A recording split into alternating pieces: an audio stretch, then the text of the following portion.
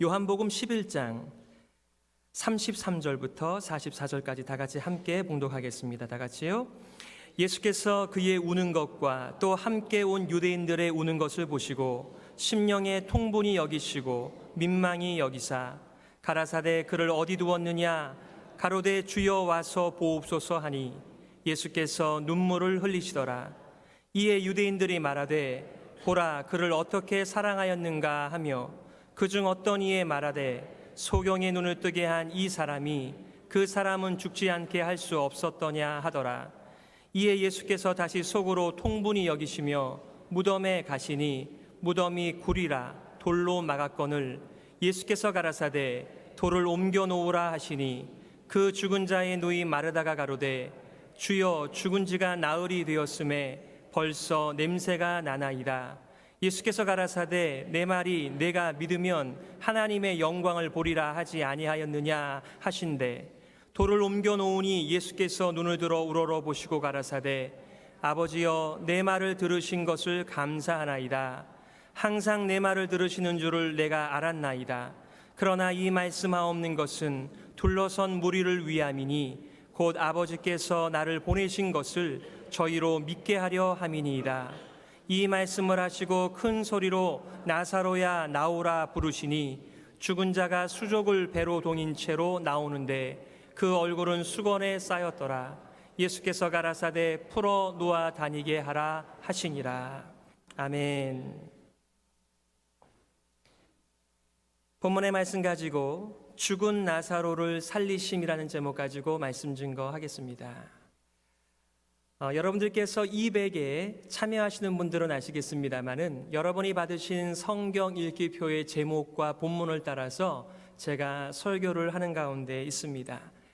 제가 만약에 이 본문의 말씀의 제목을 붙인다면 이렇게 정할 것 같아요. 생명과 부활 되신 예수 그리스도, 이렇게 말이죠.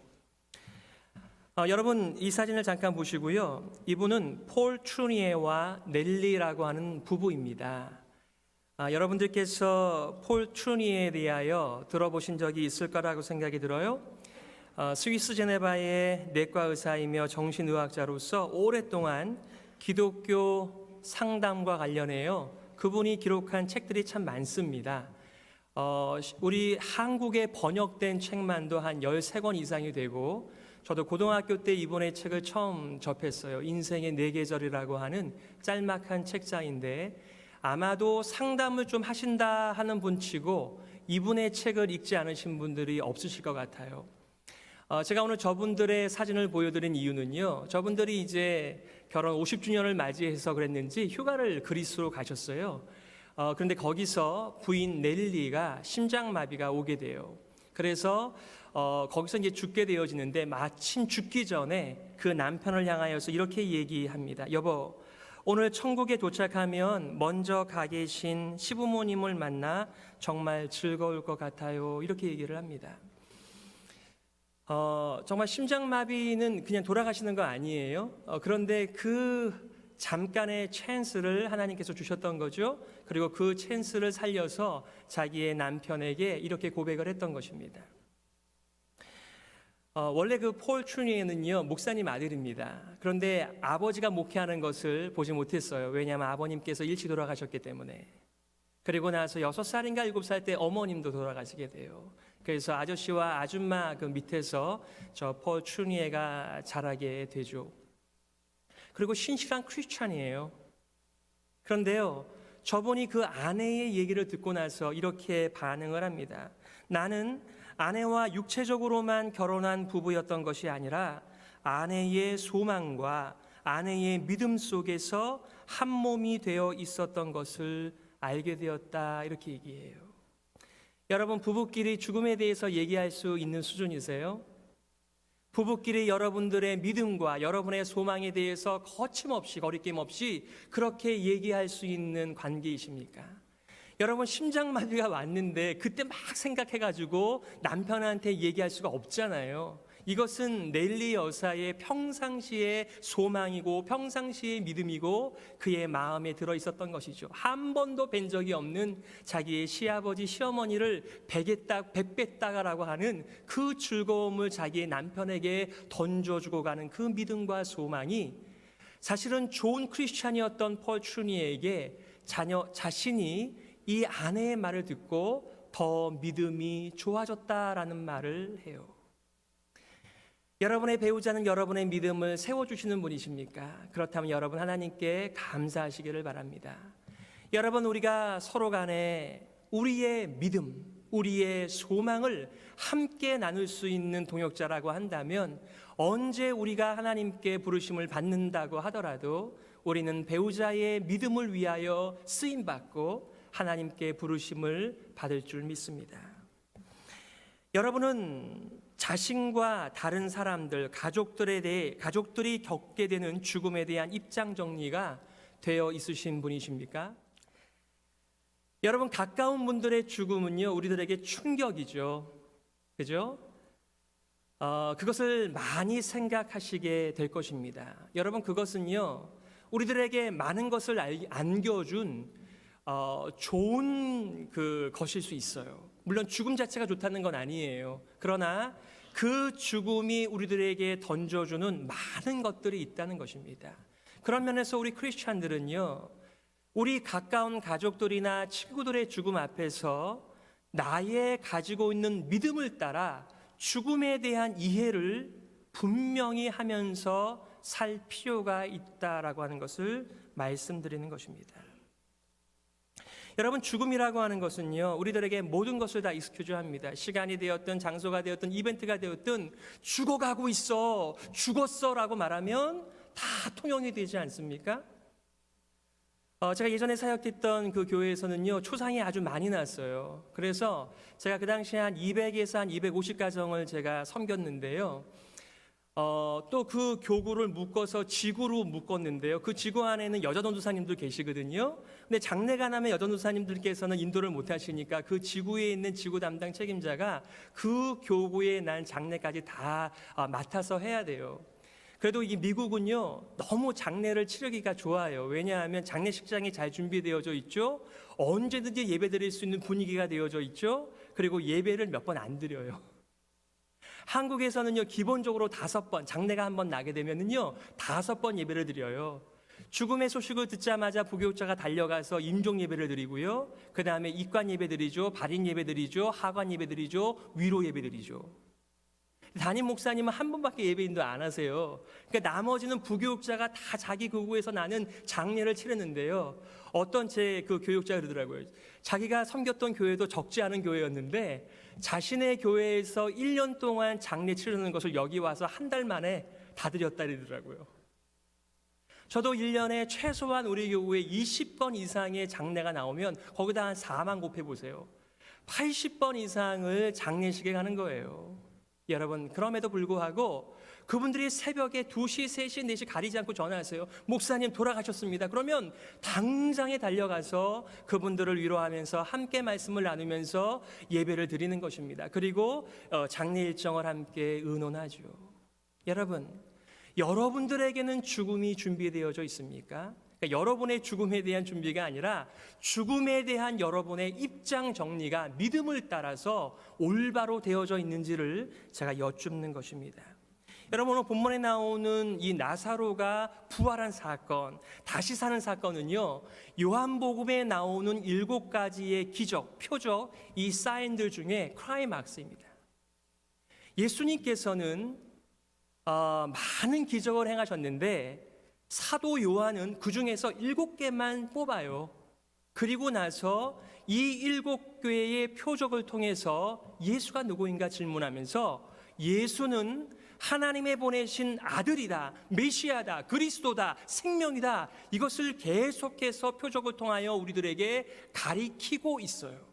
그래서 제가 여러분들에게 사인은 항상 손가락에 있다라고 말씀했죠. 사인은 우리들에게 저기를 봐라라고 우리들에게 가리키는 곳이 있어요. 여러분께서 그 손만 보시면 여러분께서 표적을 잘못 이해하는 것입니다. 그 표적을 보고 그 표적이 가리키는 곳을 쳐다보면서 아, 그렇구나. 이 기적과 이 사인은 예수가 하나님의 보내신 자구나라고 하는 것을 믿게 하려고 하는 하나님의 은혜의 방편이라는 것입니다. 요한복음에 나오는 7가지의 표적 중에 마지막 표적입니다. 예수님께서는 이미 38년 동안 환자로 있으면서 그 베데스다 못가에서 혹시라도 기적이 벌어지면 거기에 뛰어들어가야지 이렇게 했던 사람을 만나셔서 그를 고쳐주세요. 하필이면 그날이 안식일이었습니다. 사람들이 안식일을 어긴 사람을 죽이려고 하지만은 예수님께서 그들에게 이렇게 말씀하세요. 아버지께서 죽은 자들을 일으켜 살리신 같이 아들도 자기의 원하는 자들을 살리느니라 이렇게 얘기했어요. 여러분, 예수님께서 여러 번 돌맞을 뻔했습니다. 특별히 이 사건 이후에 이렇게 말씀하시거든요. 왜 안식일 날 네가 병을 고쳤느냐? 라고 질문하자 예수님 뭐라 그러세요? 아버지께서 일하시니 나도 일한다. 그 말의 의미가 뭐예요?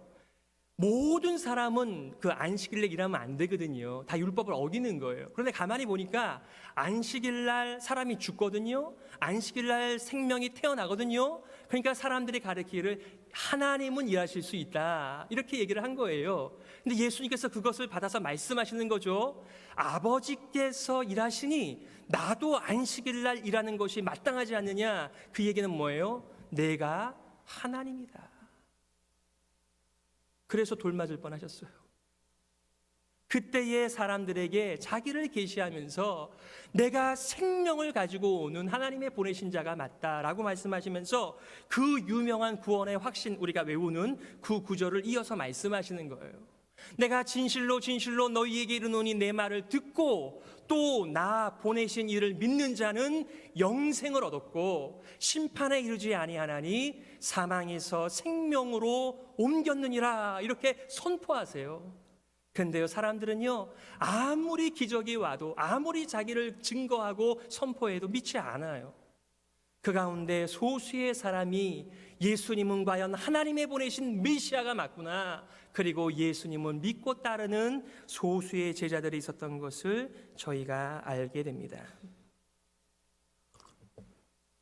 우리가 읽은 본문은 사실은 요한복음 11장을 다 봐야 되겠습니다만 함께 봉독한 말씀을 세 가지로 좀 구분한다면 33절부터 37절까지는 나사로가 죽었어요. 그리고 나사로의 무덤에 가신 그리고 통분히 여기시는 예수님의 모습을 봐요. 두 번째는 38절부터 40절까지 사람들의 불신앙과 입으로는 믿는다고 했거든요.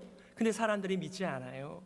사람들의 그 깊숙이 들어가 있는 불신앙과 예수님의 가르침이 이어지죠. 41절부터 44절까지는 예수님의 기적전의 짧은 기도와 나사로를 살리시는 것이 저와 여러분이 봉독한 내용입니다. 첫 번째로 볼 것은요, 예수님께서요 무덤에 가셨어요. 근데 여러분께서 배경을 아시겠습니다만 이미 예수님께서요 나사로가 병들었을 때 소식을 듣습니다. 그곳에 있지 않으셨거든요. 근데 일부러 자신의 발걸음을 지체하세요. 그리고 나서 나사로가 죽은 다음에야 비로소 제자들과 함께 자, 우리의 친구 나사로가 잔다, 함께 올라가자 이렇게 말씀하세요. 그러니까 제자들이 뭐라 그래요? 아니 그 예수님, 그 나사로가 잠을 자고 있는데 우리가 뭐하러 거기를 갑니까? 그리고 조금 전에 우리가 그 유대에 갔다가 돌맞을 뻔했는데 지금 왜 우리가 가야만 되겠습니까? 이렇게 얘기를 해요. 그러면서 예수님께서 가자고 재촉하시자 그 디두모 도마라고 하는 자가 뭐라 그래요? 자, 우리도 죽으러 가자 이렇게 하면서 결단을 표하면서 나사로에게로 가는 모습을 보게 됩니다. 여러분, 왜 예수님께서 뻔히 나사로가 죽을 줄을 알면서 가만히 계셨을까요? 왜 일부러 여행길을 지체하시면서 시간을 끌으셨을까요? 초반부에 나와 있는 것처럼 하나님의 영광, 즉 하나님께서 자비로우셔서 자신의 메시아를 보내셔 주시는 그 기적을 체험하여 믿는 자들을 불러내시기 위하여 그렇게 하셨다라고 성경은 주석을 달고 있습니다. 예수님께서 드디어 무덤에 가셨습니다. 마리아와 마르다의 마음이 굉장히 좋지 않아요. 그러면서 예수님께 말합니다. 주님, 주님이 여기에 계셨다면 우리 오라비가 죽지 않았을 것입니다. 그들의 믿음을 우리가 보죠. 그들은 예수님의 친구요, 예수님을 믿는 제자들이었습니다. 그럼에도 불구하고 죽음 앞에서는 예수님이 어떡하겠나? 그가 병들었을 때는 수많은 사람들의 눈을 뜨게 하고 그리고 다른 사람을 고쳐주셨던 것처럼 우리 오빠도 살려주셨겠습니다만, 건강하게 회복시킬 수 있었겠지만 이제 죽어서 냄새가 나고 있는데 주님이라도 어떻게 하시겠는가? 그런 마음이었다고요. 그 유명한 말씀 말이에요. 나는 부활이요 생명이니 나를 믿는 자는 죽어도 살겠고 살아서 나를 믿는 자는 영원히 죽지 않는다라고 하는 그 말씀이 바로 마르다에게 해주신 예수님의 메시지입니다. 근데 예수님께서 이들과 함께 무덤으로 가셨는데요. 그들도 울고 유대인들도 울었어요. 가만히 보면 우리 성경 이렇게 보다 보면은 한국의 정서와 이 유대인들의 정서에서 상당히 비슷한 것들을 이렇게 발견하게 돼요. 우리도 이렇게 누가 돌아가시게 되면은 유가족들만 우는 것이 아니라 같이 울어주시는 분들이 계시고요. 옛날에는 이 곡만 전문적으로 하시는 분들이 계세요. 그래서 어이 하면서 이게 좀 같이 그 분위기를 이렇게 돋구는 그런 그 기능들이 있었잖아요. 근데 유대인들에게도 전문적으로 누가 죽었을 때에 함께 곡해주는 사람들이 있었어요. 그래서 야이로의 그 딸을 살릴 때 그 헌화하는 자들이 있었다. 그것이 바로 이 함께 곡하는 전문가들이거든요. 근데 예수님께서 그 울음을 뒤로하면서 무덤에 가서 이렇게 표현하고 계세요. 그들의 우는 것을 보시고 심령의 통분이 여기시고 민망히 여기사, 이렇게 얘기해요. 근데 이 통분이 여겼다라고 하는 말은요, 38절에 한 번 더 나와요. 이에 예수께서 다시 속으로 통분이 여기시며, 이렇게 말씀하세요. 여러분, 왜 예수님께서 무덤에서 사람들의 우는 것을 보고 통분이 여기셨을까요? 다른 말로 하면 비통해 하셨다라고 하는 말이거든요. 이것의 원어는요, 이렇게 말해요. 엔네 브리 메사토라고 얘기해요. 엔네 브리 메사토라고 하는데 영어로는 이렇게 표현되어 있어요. He was deeply moved in spirit. 그의 영이 깊이 움직였다라고 얘기해요. 그래서 비통해 하시는 거예요. 그뿐만입니까? 예수님께서 눈물을 흘리셨다, 이렇게 하시고요. 사람들이 그 모습을 보면서 나사로를 예수님께서 얼마나 사랑하셨는가라고 반응을 보이는 것을 봐요. 사랑하는 친구와 그의 가족들의 슬픔에 깊은 동정으로 마음이 찢어지는 예수님의 마음을 충분히 표현하는 예수님의 모습을 보는데요. 여기서 말하는 통분이, 비통이 여겼다라고 하는 말의 의미는요, 예수님께서 분노하셨다는 거예요. 여러분, 오해하시면 사람들이 이렇게 우는 것이 왜 울어라고 하는 분노의 마음으로 비치지만, 슬퍼하는 사람들을 향하여 분노하시는 것이 아니라 죽음이라고 하는 것을 가지고 사람의 마음의 공포와 두려움과 슬픔을 꽉 채워서 사람들을 이리 끌고 저리 끌면서 마음대로 조작하는, 사탄을 대적하는 그러한 마음에서 통분이 여기셨다라고 하는 의미입니다. 여러분은 죽음을 극복하신 분들이십니까? 나는 부활이요 생명이라고 하는 부활하신 예수님께 우리의 인생을 얹으며 그 믿음으로 여러분들에게 찾아오는, 혹은 여러분의 가족 간에 찾아오는 그 죽음의 입장을 분명히 하시면서 죽음을 넘고 살아가시는 분들이십니까? 예수님께서는 온 세상이 어둠 가운데 있고 눈멀어 있고 사탄의 그 조작에 의해서 이리 끌리고 저리 끌리며 그들이 울음을 내며 절망 가운데 살아가는 모습을 보면서 창조주로서 너무나 깊은 어려움을 가지고 계신 거예요. 아픈 마음을 가지고 보시는 거예요.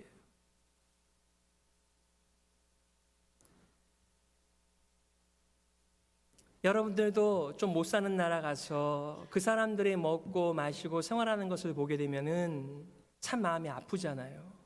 야, 어떻게 이런 물을 마시나? 어떻게 이런 것들을 먹으면서 사나? 그러면서 이 사람들에게도 좋은 물이 있으면 참 좋겠다. 이 사람들도 우리는 음식이 남아 버리는데 이 사람들에게는 좋은 양식이 있으면 얼마나 인생을 올바로 살아갈까.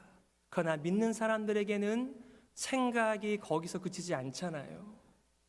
그들이 귀신들과 악령들과 미신과 전통에 꽉 매여서 살아가는 모습 속에서 저들에게도 빛 대신 예수 그리스도, 부활과 생명 대신 예수 그리스도가 들어가서 저들의 어둠의 권세를 깨고 부활과 생명의 믿음으로 살아간다면 그들이 비록 물과 그리고 음식이 좀 좋지 않다고 하더라도 그들에게 생명력이 있는 빛의 삶이 될 텐데 라고 하는 통분히 마음 아파하는 마음들이 생기지 않겠어요? 예수님께서는 그 마음을 표현하신 것입니다. 사탄의 악한 영적 세력과 정면으로 맞서시면서 그들에 대하여 마음을 표현하시는, 하나님의 아름다운 통치가 아닌 사탄의 더러운 통치 앞에서 어쩔 줄 몰라 하는, 죽음이 절망이고 그들의 삶의 끝인 줄만 알고 살아가는 그 사람들 앞에서 창조로서의 괴로움을 이렇게 표현하신 것입니다. 여러분, 우리 예수님은요, 여러분이 사랑하는 어떤 누구보다도 예수님은 우리를 찾아오시고 사랑해 주시고 눈물 흘리시면서 우리의 어려움에 통분해 하시는 너무나 좋으신 하나님이세요. 저와 여러분들이 예수님을 만난다라고 한다면 우리의 인생이 좀 더 믿음 위에 공교하게 또 이렇게 굳건하게 세워질 텐데 말이죠. 두 번째는 예수님께서 그렇게 자신이 부활이요 생명이라고 말씀하시면서 마르다를 격려하셨음에도 불구하고 돌을 굴려라 이렇게 얘기를 하셨어요. 유대인들은 거의 가족장 같아요. 저도 한번 들어가 봤는데 이렇게 돌을 제끼고 거기 들어가면 커다란 방들이 여러 개가 있어요. 그래서 돌로 된 관이 있고 거기다가 죽은 사람을 묻어놓는 거예요. 그러니까 묻는 게 아니죠. 놔두는 거죠. 썩을 때까지. 그래서 함께 이제 그게 다 썩게 되어주면 또 함께 모으기도 하고 아마 이렇게 하는 것 같아요. 근데 예수님께서 돌을 옮겨 놓으라 그랬는데 마르다의 반응이 뭐였어요? 이렇게 말합니다. 주여, 죽은 지가 나흘이 되었음에 벌써 냄새가 나나이다. 이 말의 다른 의미가 뭐예요? 그 속은 예수님 왜 헛수고 하시려고 그러세요? 지금 냄새가 나요. 그러지 마세요. 이렇게 지금 말을 하는 거예요. 그래서 예수님의 반응이 이렇게 얘기했습니다. 내 말이 너가 믿으면 하나님의 영광을 보리라 하지 아니하였느냐 이렇게 얘기했어요. 우리는 마르다가 예수님의 좋은 제자요 친구라고 하는 것을 압니다. 그리고 조금 전에 나는 부활이요 생명이라고 말씀하셨을 때 제가 믿습니다 이렇게 말씀드렸던 여인이었어요. 그런데 직접 예수님께서 나사로를 끄집어내어 다시 살리려고 하자 예수님 그러지 마세요. 지금 냄새가 나고 있어요. 썩고 있어요. 소용없는 일이에요. 이렇게 말하는 마르다의 모습 속에서 여러분 자신의 모습을 발견하지는 않으십니까? 우리는 입으로는 예수님을 찬양도 하고 예수님을 믿는다라고 해요. 그분이 우리의 구세주이고 그분이 우리의 주님이라고 말을 하는 사람들인데 정작 그 주님께서 우리에게 이거를 해라 이거를 하지 마라 이렇게 해도 우리는 그 말에 귀를 기울이지 않는 사람들 같아요. 내가 믿으면 하나님의 영광을 보리라 라고 말씀했다는 거죠. 참 약해요. 그래서 우리는요 이렇게 간구하는 거죠. 주님, 저희의 믿음 없는 것을 좀 도와주세요. 제가 정말 입으로 고백한 대로 주 예수를 구세주와 주님과 부활과 생명으로 믿고 이 세상의 죽음과 죽음의 증상이 가득한데 그 속에서 참된 생명의 삶을 좀 살아보게 좀 해주세요 라고 간구하는 것이 우리들의 날마다의 기도 제목이 돼야 한다고 생각해요. 제가 우리 장로님들이 그 임직을 받으실 때 아니면 훈련을 받으실 때 제가 이렇게 말씀드려요. 장로님, 권사님들 이렇게 훈련을 받으시지만 여러분께서 리더가 되시면 여러분들을 향해서 신앙적인 도움을 줄 찬스가 별로 없을 것입니다. 왜냐하면 다른 사람들이 다 그분들을 지도자라고 보기 때문에 예를 들면은 그분들에게 요즘에 그 큐티 잘하고 계세요? 요즘에 기도 생활 잘하고 계세요? 요즘에 암송은 어디 하세요? 이런 질문 절대 안 하잖아요. 제가 지난번에 우리 그 1대1 양육 훈련을 하면서 어떤 분께 이렇게 말씀드렸어요. 목사에게도 물어보세요. 요즘 큐티 잘하고 계시는지, 또 큐티 좀 나눠달라고 하라고 이렇게 말씀드렸더니 아니나 다를까 지난 목요일에 저를 보시자마자 목사님 큐티 잘하고 계십니까? 저는 이것이 정상적인 교회의 모습이라고 생각해요. 우리 모두는요, 하루도 믿음으로 살아가는 것이 힘들어요.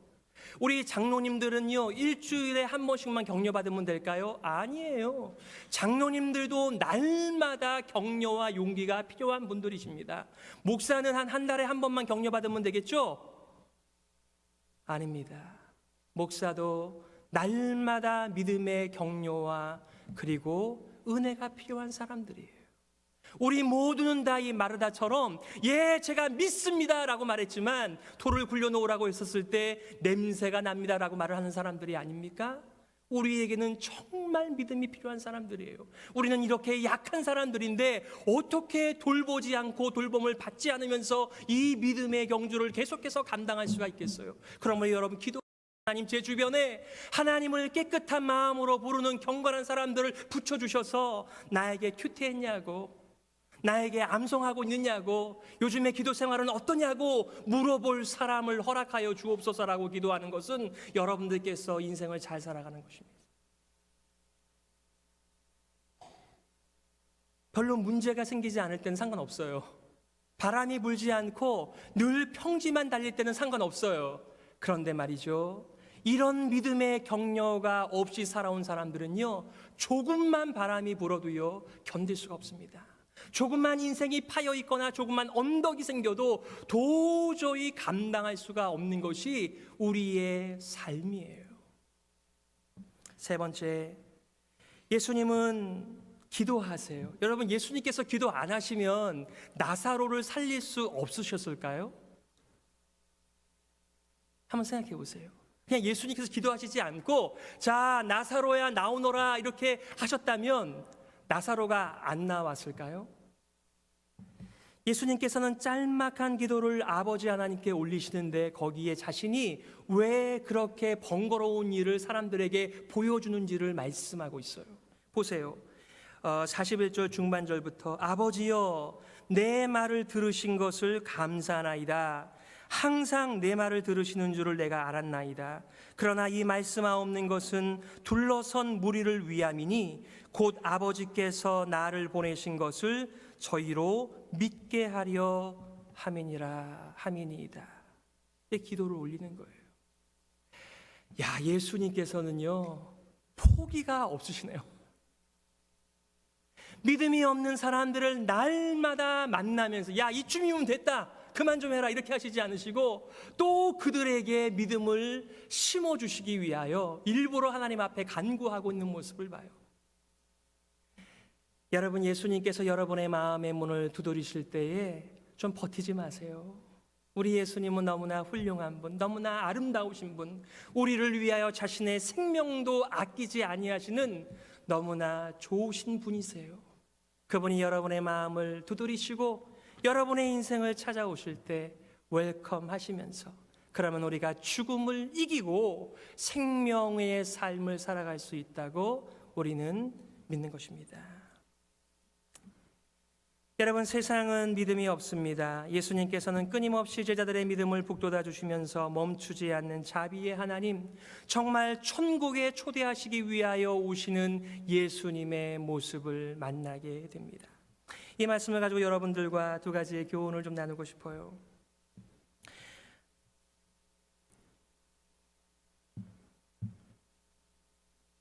예수님은 사탄이 죽음을 가지고 인생들을 올가매어 두려움과 불안과 공포 가운데 끌고 다니는 모습, 즉 사탄의 횡포에 시달리는 영혼들을 보시면서 깊이 마음 아파하셨어요. 일부 예배 때 말씀을 들으신 어떤 분이 가슴 아리라고 이것을 표현하시더군요. 예수님이 가슴 아리를 해요. 왜? 믿음이 없어서 죽음의 노예로 살아가고 죄의 종으로 살아가는 사람들 때문에 마음이 아프시다는 거예요. 여러분도 자녀를 기르면서 자녀가 잘못된 길로 나가면 얼마나 밥맛이 없고 그것을 생각할 때마다 마음이 괴롭고 가슴앓이가 있습니까? 우리가 예수 그리스도의 제자라고 하는 명목상의 크리스천으로 살아간다면 예수님의 마음이 후벼파지는 것이죠. 예수님의 마음이 아픕니다. 그런데 예수님께서는 자신을 가리켜 내가 부활이요 생명이니 나를 믿는 자는 죽어도 살겠고 무릇 살아서 나를 믿는 자는 영원히 죽지 아니하리니 이것을 내가 믿느냐라고 말하면서 계속해서 우리 성도들의 믿음을 새롭게 해주시는 자비로우신 예수님을 만납니다. 이 주장을 입증하시기 위하여 죽어서 무덤에 들어가 있는 냄새가 나는 썩어져가는 나사로를 나사로야 나오라라고 불러내어 살리셨습니다. 맞아요? 그러므로 여러분, 첫 번째 예수님을 믿고 부활을 믿고 죽음을 새롭게 이해하시기를 바랍니다. 이 세상이 이해하는 그런 죽음이나 그런 상식적인 죽음이나 아니면 종교적인 차원에서의 죽음에 대한 이해가 아니라 나는 부활이요 생명이니 나를 믿는 자는 죽어도 산다라고 하는 이 말씀을 가지고 여러분의 믿음을 건축하시기를 바라는 것입니다. 자노님 기도하신 것처럼 우리의 믿음이 날마다 자라가기를 바라고 새 생명의 열매를 맺는다는 말의 의미가 뭐겠어요? 우리의 인생을 이 땅의 상식과 체험에다가 얹어놓고 살아가는 것이 아니라 하나님의 변함이 없는 진리의 터 위에다가 내 인생을 세워가는 것, 바로 그것이 믿음이 자라는 것이고요, 바로 그것이 생명의 열매를 맺고 살아가는 우리의 삶의 열매인 것입니다. 예수님께서 마르다에게 이것을 내가 믿느냐 질문하신 것처럼 이 시간에 여러분들을 찾아오시는 예수님을 경험하시면 좋겠어요. 마르다만 찾아오시는 것이 아니십니다. 모든 인생들을 찾아오셔서 볼지어다 내가 문 밖에 서서 두드리노니 누구든지 내 음성을 듣고 문을 열면 내가 그에게로 들어가 그로 더불어 먹고 그는 나로 더불어 먹으리라. 예수님과 합일이 된, 일체가 된, 함께 살아가는 이 삶을 우리들에게 선물로 주신 것입니다. 그리고 여러분들에게 계속해서 말씀하시겠죠. 너가 나를 믿느냐?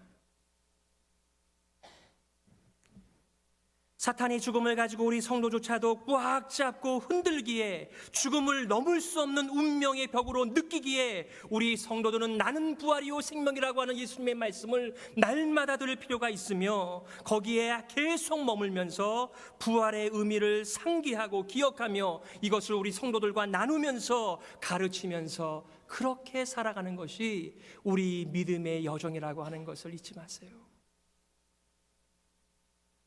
우리는 다른 곳에 서 있는 사람들이 아닙니다. 우리는 예수 그리스도와 죽음도 기쁨도 그 어떤 것도 끊을 수 없는 하나님의 사랑에 놓여져서 살아가는 그리스도 예수의 제자들이죠. 토요일 새벽마다 우리가 1:1 제자 양육자반을 하고 있습니다. 7시 반부터 9시까지 하고 있는데 거기서 요즘에 우리가 필독서로 존 스타트 목사님의 제자도를 한 챕터씩 읽고 쉐어링하는 시간이 있어요. 그런데 마지막 그 제자도의 특징 8번째는 죽음이라고 하는 제자의 특징이에요. 좀 막연할 수 있는데 조금만 설명을 드리겠습니다. 죽음에서는 그리스도 안에서의 죽음과 생명에 관심을 기울이며 살아가는 것이 제자의 삶의 특징이라는 것이에요. 여러분, 죽음에 대해서 생각하려면요, 필연적으로 생명에 대하여 생각하지 않을 수가 없습니다.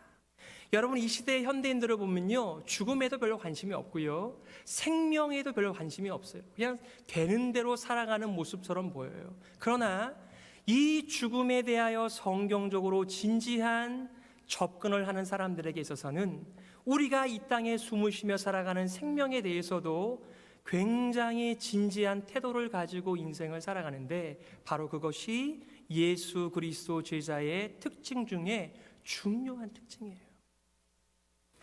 일부 예배 때는 찬양대가 없으니까 특송을 하세요. 오늘 특송하신 분께서 사모곡이라고 하는 특송을 하셨는데 저는 몰랐는데 그 찬양의 그 백그라운드가 그 인도의 그 겐지즈 강에서 그 참담하게 인생을 살아가는 사람들을 보면서 그 마음에 주신 하나님의 마음을 노래한 것이에요. 그 중에 가사가 이런 가사가 있더군요.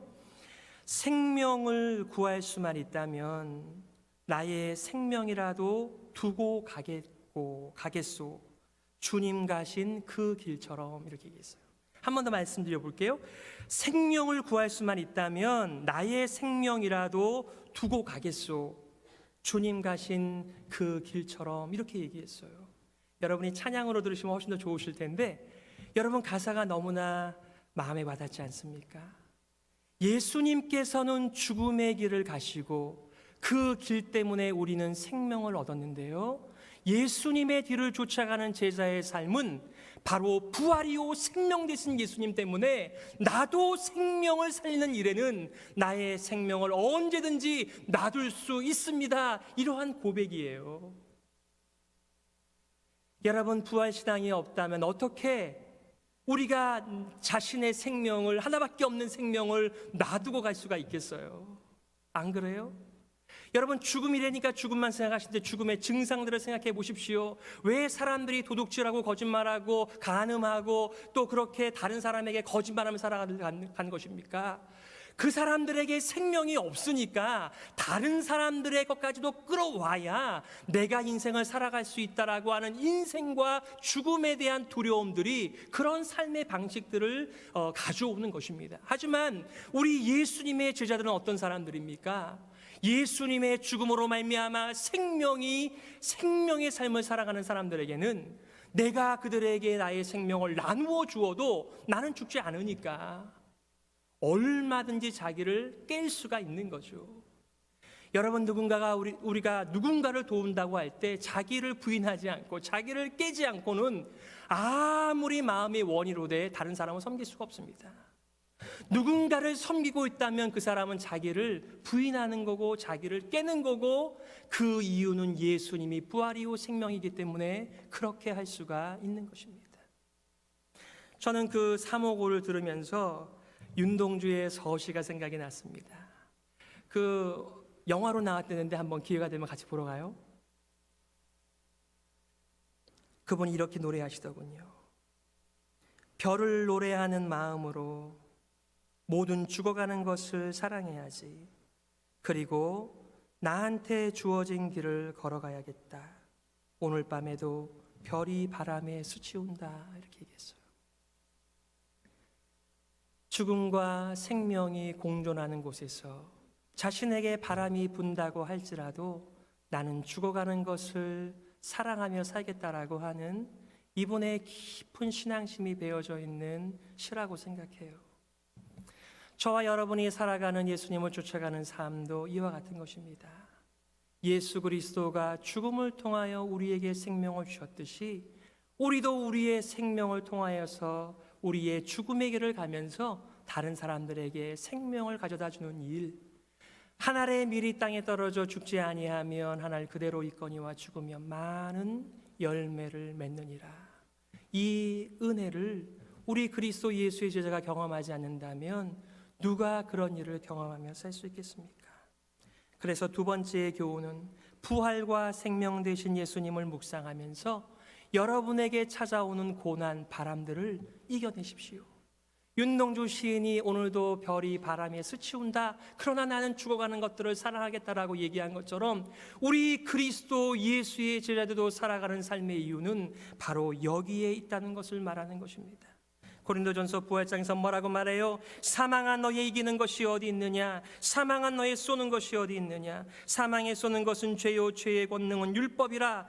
우리 주 예수 그리스도로 말미암아 우리에게 이김을 주시는 하나님께 감사하오니 그러므로 내 사랑하는 형제들아, 견고하며 흔들리지 말며 항상 주의 일에 더욱 힘쓰는 자들이 되라. 이는 너희 수고가 주 안에서 헛되지 않은 줄을 알미니라. 여러분, 이거 모르고 살아가면 그리스도 예수의 제자로 살아갈 수 없어요. 이것 알고 살아가는 모든 그리스도 예수의 제자들이 되시기를 주님의 이름으로 축복하는 것입니다. 함께 기도하시겠습니다.